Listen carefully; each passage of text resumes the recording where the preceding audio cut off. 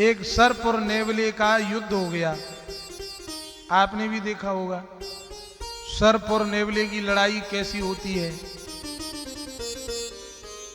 नेवला सर्प से युद्ध करता है और सर्प अपना फन फैलाकर जब उसमें डंक मारता है, जब फुफकार देता है और नेवला के ऊपर जब सर्प का जहर चढ़ जाता है तो नेवला दौड़ा दौड़ा जाता है, एक रूखड़ी सूंघ कर आता है और फिर जो जहर सर्प का चढ़ा था सब उतर गया, फिर युद्ध करने लग जाता है।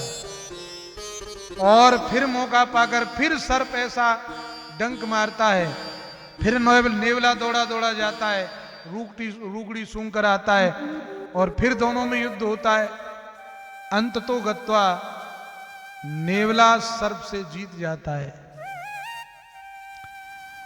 तो भैया ये नेवला और सर्प की लड़ाई क्या है?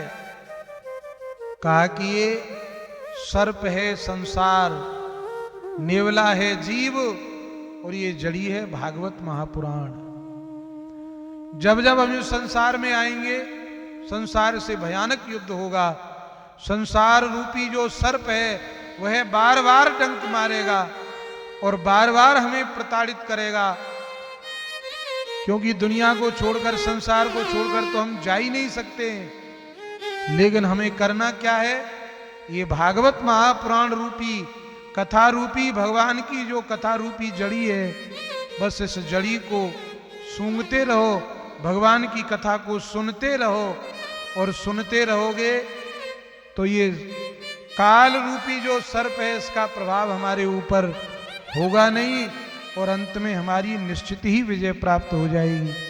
बोलिए भक्तवत्सल भगवान की। इसीलिए भागवत महापुराण हम सबके ऊपर भगवान की बड़ी कृपा होती है, तब जाकर के यह भागवत महापुराण की कथा हमें श्रवण करने के लिए मिलती है। इस भयंकर सर्प रूपी किसी को यदि सर्प डस ले तो होता क्या है, पहचान क्या है?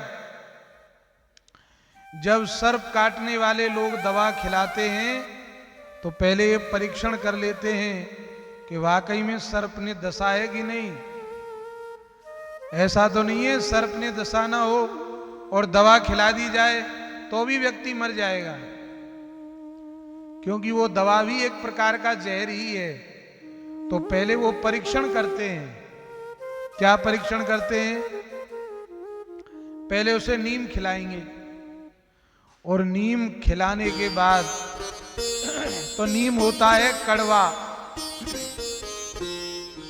और कड़वा नीम जब उसे खिलाया तो मीठा लगने लगा, और मिश्री होती है मीठी, और मिश्री खिलाई तो महाराज कड़वी लगने लग गई। इसका मतलब जहर शरीर में फैल गया। अब दवा खिलाने की आवश्यकता पड़ेगी। तो ठीक इसी प्रकार जब भगवान की कथा इतनी मीठी है वह कड़वी लगने लग जाए और दुनियादारी की बातें मीठी लगने लग जाएं, तो समझ लेना हमें भी किसी सर्प ने डस लिया है। उस सर्प का नाम है संसार, भवभुजंग है ये। यदि किसी को एक बार डस ले तो भगवान की कथा कड़वी लगने लग जाएगी और दुनियादारी की बातें मीठी लगने लग जाएंगी। और इस भवभुजंग का विष उतारने के लिए क्या करें? निरंतर बार बार भगवान की कथा का रसपान करते रहना चाहिए। यही एकमात्र दवा है, यही एकमात्र औषधि है। बोलिए भागवत भगवान की जय हो। इसीलिए हमारे संत कहते हैं